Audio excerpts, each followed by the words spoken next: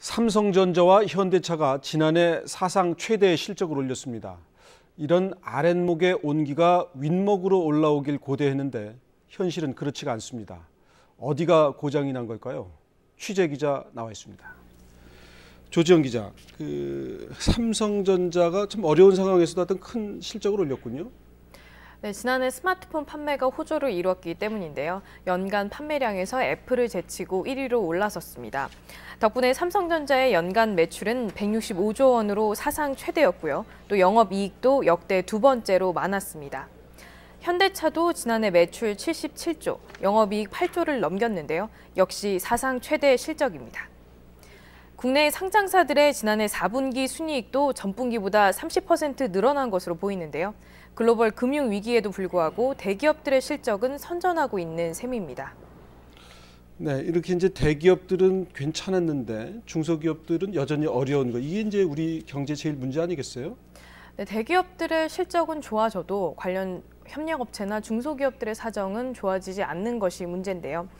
지난 2010년에도 대기업의 영업이익률은 늘었지만 중소기업의 영업이익률은 오히려 줄었습니다. 중소납품업체들은 시도 때도 없는 납품 단가 후려치기에 어려움을 호소하고 있는데요. 먼저 중소기업 대표의 말 들어보시겠습니다. 안 내주면은 거래가 끝나는 거고, 내주다 보면 적재 생산이고, 이거 뒤에 쉽게 말하면은 깎아주고 천천히 망할래, 안 깎아주고 당장 망할래.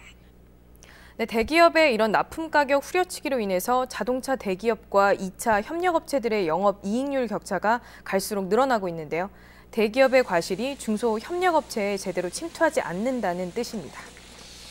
네, 지금 뭐 인터뷰 들어보니까 깎아주고 천천히 망할래, 안 깎아주고 당장 망할래? 네. 야, 이거 참 심각하군요. 그런데 그런 부분도 있고 이제 협력업체하고의 문제, 또 이제 중소기업이 사실은 고용 대부분을 차지하다 보니까 이게 이제 고용이 또 안 되는 문제도 있잖아요. 네, 대기업의 고용 창출 효과가 갈수록 줄어들고 있는 게 문제인데요. 공장 자동화 등 산업 고도화가 빠르게 진행되는 것이 가장 큰 이유라고 볼 수 있겠습니다.